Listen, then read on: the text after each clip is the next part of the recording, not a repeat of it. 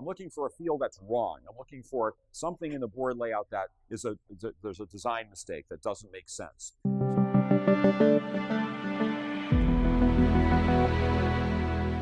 Most digital engineers would look at that and say, wow, that is a really slow edge. That's not going to work.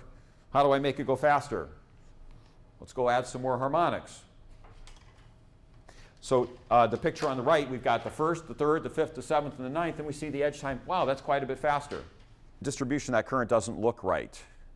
If you think about what would happen if you took a 16 megahertz oscillator and you connected it directly into a spectrum analyzer, what would you expect to see? 16 megahertz, the fundamental would be high, and then smaller, smaller, smaller, smaller.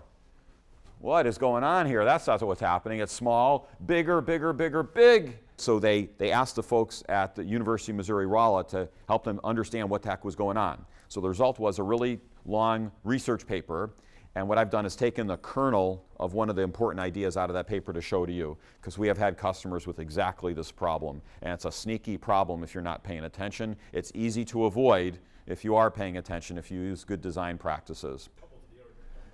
Yeah, the correct modeling, which we'll talk about in the PC board class, is that we have a current loop, that's the signal path, and then we have an antenna loop, which is a dipole antenna with that imaginary capacitance across it that we talked about yesterday. And there's actually a mutual inductance between the signal, the intended signal current, and this imaginary dipole loop. This is the circuit board that you see up on the slide with a gap in it.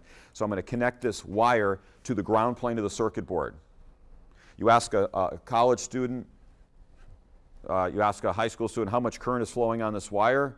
They'll say, what do you mean? The wire ends. Couldn't possibly be any conduction current on this wire. But I think from yesterday, you know better.